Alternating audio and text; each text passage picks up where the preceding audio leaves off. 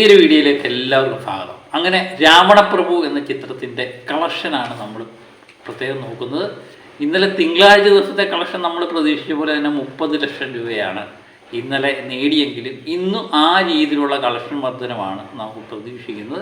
ഏകദേശം ഇന്നലത്തെ പോലെ തന്നെയുള്ള കളക്ഷൻ ഇന്നും നേടും എന്ന് തന്നെ നമ്മൾ കരുതുന്നു. ചൊവ്വ ദിവസങ്ങളിലെ മലയാള ചിത്രങ്ങളിലെ ഏറ്റവും വലിയ കളക്ഷൻ തന്നെയാണ് രാവണപ്രഭു നേടിക്കൊണ്ടിരിക്കുന്നത്. അങ്ങനെ 4 ദിവസം കൊണ്ട് 2,60,00,000 നേടിയ ഈ ചിത്രം ഇന്നുകൊണ്ട് ഏകദേശം 2,90,00,000 എത്തുന്നു കേരളത്തിൽ നിന്ന് മാത്രമായി. അങ്ങനെ കേരളത്തിൽ നിന്ന് മാത്രമായി ഷെയർ അടിസ്ഥാനത്തിൽ ഈ ചിത്രം 1 കോടിക്ക് മുകളിൽ നേടുന്നു എന്നുള്ളതും ഏറ്റവും വലിയൊരു പ്രത്യേകതയാണ്. ഇതിൻ്റെ മുടക്കുമുതൽ ഏകദേശം 75 1 കോടി റേഞ്ചിലേ വരുത്തുള്ളൂ ഈ പടം റീമാസ്റ്റർ 4Kയിലേക്ക് വരുമ്പോൾ. അപ്പം അത് തന്നെ കേരളത്തിൽ നിന്ന് മാത്രമായി ഇത് കളക്ട് ചെയ്തു. ബാക്കിയുള്ള ദിവസങ്ങളിലെ എല്ലാം കളക്ഷൻ ലാഭത്തിലേക്ക് വരും എന്നുള്ളതാണ് ഏറ്റവും വലിയൊരു പ്രത്യേകത. എനിക്ക് തോന്നുന്നു ലാലേട്ടൻ്റെ ചിത്രങ്ങൾ ഇറങ്ങിയ ചിത്രങ്ങളെല്ലാം തന്നെ കേരളത്തിൽ നിന്ന് 1 കോടി ഷെയർ നേടാൻ പറ്റിയിട്ടുണ്ട് എന്നുള്ളതും ഏറ്റവും വലിയൊരു പ്രത്യേകതയാണ്. അപ്പം വേൾഡ് വൈഡായിട്ട് ഈ ചിത്രത്തിൻ്റെ കളക്ഷൻ നോക്കുമ്പോൾ ഏകദേശം 3,60,00,000 ഈ ചിത്രം എത്തിയിരിക്കുന്നു എന്ന് തന്നെയാണ് അറിയുന്നത്. അപ്പം നാളെ കൊണ്ട് ഏകദേശം വേൾഡ് വൈഡായിട്ട് ഇത് 4 കോടി കടക്കും. കേരളത്തിൽ നിന്ന് മാത്രം ഇത് 3 കോടി 10 ലക്ഷം 3 കോടി 20 ലക്ഷത്തിലേക്ക് എത്തും എന്നുള്ളത് ഏകദേശം ഉറപ്പാണ്. അങ്ങനെ ശനി ഞായർ ദിവസത്തിലെ കളക്ഷൻ വേണ്ടിയാണ് നമ്മളിനി കാത്തിരിക്കുന്നത്. ശനി ഞായർ കളക്ഷൻ ഏകദേശം 50 ലക്ഷം 60 ലക്ഷം റേഞ്ചിലേക്ക് കിട്ടും എന്ന് തന്നെ പ്രതീക്ഷിക്കാം. അവധി ദിവസങ്ങൾ ആഘോഷിക്കാൻ വേണ്ടിയാണല്ലോ എല്ലാവരും കാത്തിരിക്കുന്നത്. കുടുംബ പ്രേക്ഷകർ, ലാലേട്ടൻ്റെ ആരാധകരെല്ലാം തന്നെ അവധി ദിവസങ്ങൾ തിയേറ്ററിൽ ഞാൻ ഈ ചിത്രത്തിൻ്റെ ആയിട്ട് ബന്ധപ്പെട്ട് നോക്കുമ്പോൾ നമ്മൾ ഈ അവധി ദിവസങ്ങളിൽ എക്സ്കർഷനൊക്കെ പോകും, അല്ല അവധി ദിവസങ്ങളിൽ കുടുംബസമേതം എവിടെയെങ്കിലുമൊക്കെ കറങ്ങാൻ പോകുന്ന ഒരു ശീലമുള്ളവർ ഇപ്പോൾ എനിക്ക് തോന്നുന്നു രാവണപ്രഭു ഇറങ്ങിയതിന് ശേഷം എന്നാൽ നമുക്ക് തിയേറ്ററിൽ പോയി ആഘോഷിക്കാം എന്ന് പറയുന്ന രീതിയിലേക്ക് മാറിയിട്ടുണ്ട് എന്ന് തന്നെയാണ് തോന്നുന്നത്. എല്ലാം കാണുമ്പം നമ്മൾ പലരെയും പരിചയപ്പെടുമ്പം ഞങ്ങൾ അടുത്ത ആഴ്ച രാവണപ്രഭു കാണാൻ പോകുന്നു, പിള്ളേർ പറയുന്നത് ഭയങ്കര ഓളമാണ്, ഭയങ്കര ഡാൻസാണ്, ബഹളമാണ് എന്നൊക്കെ നമ്മൾ വീഡിയോ ഒക്കെ കാണുമ്പം നമുക്കും ഒന്ന് പോയി ആഘോഷിക്കണം, നമുക്കും ഒന്ന് അതിൻ്റെ കൂടെ പങ്കെടുക്കണമെന്ന് എല്ലാ മനുഷ്യനും തോന്നലുണ്ട് അല്ലേ? അത് തന്നെയാണ് ഇപ്പോൾ സംഭവിച്ചുകൊണ്ടിരിക്കുന്നത്. അപ്പോൾ അവധി ശനി ഞായർ എനിക്ക് തോന്നുന്നു 50 ലക്ഷത്തിന് മുകളിൽ ഈ ചിത്രം നേടും എന്നുള്ളത് ഏകദേശം ഉറപ്പാണ്. അങ്ങനെ ശനി ഞായർ ദിവസത്തെ കളക്ഷൻ കൊണ്ട് ഏകദേശം 5 കോടിക്ക് മുകളിൽ ഈ ചിത്രം നേടും എന്ന് ഏകദേശം ഉറപ്പാക്കിയിരിക്കുകയാണ്. അപ്പം അവധി ദിവസങ്ങൾ തകർത്തു വരികയാണ്. അതും വിദേശങ്ങളിലും പോലും നമ്മൾ UAE, അതുപോലെ ബാംഗ്ലൂര്, ഹൈദരാബാദ് എന്ന പ്രദേശങ്ങളിലെല്ലാം തന്നെ തിയേറ്റർ റെസ്പോൺസ് വരുമ്പോൾ പലരും വീഡിയോ ഇടുന്നുണ്ട്. അതിനകത്തെല്ലാം എല്ലാവരും അങ്ങ് പടം കാണാനല്ല ഇതിൻ്റെ അകത്ത് പടം നമ്മൾ പലതവണ കണ്ടിട്ടുള്ളതാണ്, ഇതിൻ്റെ കഥ വ്യക്തമാണ്, ഡയലോഗ് അറിയാം. പിന്നെ ആൾക്കാരെ ചെയ്യുന്നതെന്ന് പറഞ്ഞാൽ ഇതങ്ങ് ആഘോഷിക്കുക, ഡാൻസ് കളിക്കുക, എല്ലാവരും കൂടെ ഒരു തിയേറ്ററിൽ എനിക്കൊന്ന് കവിതാ തിയേറ്ററിലൊക്കെ 1200 ഫീറ്റുണ്ട്. 1200 ഫീറ്റിൻ്റെ 1200 പേരും കൂടെ ഒരു പാട്ടിന് ഒരു ചിത്രം തുടങ്ങി അത് തീരുന്നിടം വരെ ആഘോഷിക്കുക എന്ന് പറയുമ്പോഴുണ്ടല്ലോ ഒരു വല്ലാത്ത അനുഭൂതിയാണ്.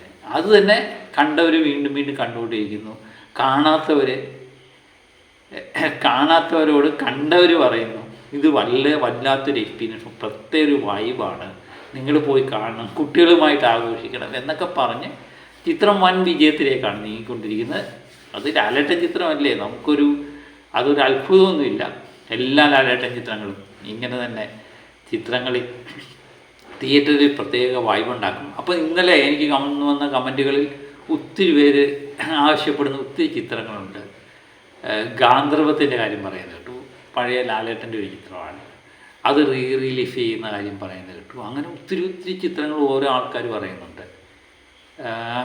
നമ്മൾ എപ്പോഴും പറയുന്നത് ഗുരു, അതുപോലെ നരസിംഹം, യോധയൊക്കെ റിലീസ് ചെയ്യുന്നത് ചിത്രം.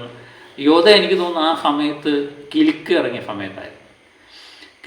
സമയത്ത് അതൊരു വൻ വിജയമാകാതിരുന്ന ചിത്രം. പക്ഷേ ഇപ്പോഴും യോധ കണ്ടു കഴിയുമ്പോൾ നമ്മൾ പൊട്ടിച്ചിരിച്ചുകൊണ്ടിരിക്കും. ഒരു വല്ലാത്ത വായുവുള്ള ചിത്രമാണ്. അത് 4Kയിലൊക്കെ വന്നു കഴിഞ്ഞാൽ പൊളിക്കും എന്നത് തോന്നുന്നു. പിന്നെ ചിത്രം, കിലുക്കം എന്ന് വേണ്ട ഈ പല ചിത്രങ്ങൾ, താളവട്ടത്തിൻ്റെ കാര്യം പറയുന്നത് കേട്ടു. എനിക്ക് തോന്നുന്നു മിക്കവാറും മോഹൻലാലിൻ്റെ പഴയ ചിത്രങ്ങളെല്ലാം ഈ കാലഘട്ടത്തിന് യോജിച്ച ചിത്രങ്ങൾ തന്നെയാണ്. ഏത് കാലഘട്ടത്തിനും യോജിച്ച ചിത്രങ്ങൾ എത്രയോ ഉണ്ട്. തൂവാനും തുമ്പികളുണ്ട്, നമുക്ക് വാർക്കാൻ മുന്തിരിത്തൊപ്പുകളുണ്ട്, സുഗമോ ദേവിയുണ്ട്. അങ്ങനെ എത്രയോ എത്രയോ ചിത്രങ്ങൾ ഏത് കാലഘട്ടത്തിലും ഉപയോഗിക്കാൻ പറ്റുന്ന ചിത്രങ്ങൾ അല്ലേ. കാലം മാറുന്നത് ഇപ്പം ഞാൻ പറഞ്ഞില്ലേ, ദേവദൂതൻ ഇറങ്ങിയ സമയത്ത് വൻ ഹിറ്റാകാതിരുന്നൊരു ചിത്രം വർഷങ്ങൾക്ക് ശേഷം അത് പ്രേക്ഷകരുടെ അഭിപ്രായപ്രകാരമാണ് അത് റിലീഫ് ചെയ്ത് എന്ത് ഹിറ്റായി അല്ലേ. അന്ന് നഷ്ടപ്പെട്ടു പോയ നിർമ്മാതാവിന് അതിൻ്റെ മുടക്ക് മുതൽ ഇരട്ടി 2 ഇരട്ടിയായിട്ട് തിരിച്ചു കിട്ടി റിലീഫിലൂടെ. അതാണ് ലാലേട്ടൻ ചിത്രങ്ങളിലെ ഏറ്റവും വലിയ പ്രത്യേകതയായിട്ട് എനിക്ക് തോന്നുന്നത്. ഇപ്പം ദശരഥ എന്ന ചിത്രം, ആ കാലത്ത് ദശരഥ എന്ന ചിത്രം നമുക്ക് ആ കഥ ചിന്തിക്കാനേ പറ്റത്തില്ല. ഇന്നത്തെ കാലത്ത് IVF-ഉം പിന്നെ എല്ലാം കുട്ടികളുമായിട്ട് കൃത്രിമ ബീജസങ്കലനമൊക്കെ ഈ കാലഘട്ടത്തിന് ആവശ്യമായി മാറി. അപ്പോൾ ഇന്നത്തെ കാലഘട്ടത്തിന് മുമ്പേ ചിന്തിച്ച ചിത്രമാണ് ഈ ദശരഥം എന്നൊക്കെ പറയുന്ന ചിത്രം. അതൊക്കെ ഏത് സമയത്ത് ഇറങ്ങിക്കഴിഞ്ഞാലും പ്രേക്ഷകർ കാണും. അതാണ് ഈ ലാലേട്ടൻ ചിത്രങ്ങളിലുള്ള പ്രത്യേകത. അത് ഇനിയുള്ള ചിത്രങ്ങൾ ഞാൻ ഏതെങ്കിലുമൊക്കെ ചിത്രങ്ങൾ ഒത്തിരി പേര് കമൻ്റായിട്ട് ചോദിച്ചാൽ ഇതിൻ്റെ പേര് പറയണേ, ഇത് റിലീസ് ചെയ്യുന്ന കാര്യം പറയണേ എന്നൊക്കെ. അപ്പം പ്രേക്ഷകരുടെ അഭിപ്രായങ്ങൾ കമൻറ്റുകളായിട്ട് ഇട്ടോളൂ, ഇത് കാണേണ്ടവർ കണ്ടോളും. അപ്പം നമ്മൾ ഇഷ്ടപ്പെടുന്ന ചിത്രങ്ങൾ എത്രയോ ചിത്രങ്ങളുണ്ട് ലാലേട്ടൻ്റെ അല്ലേ.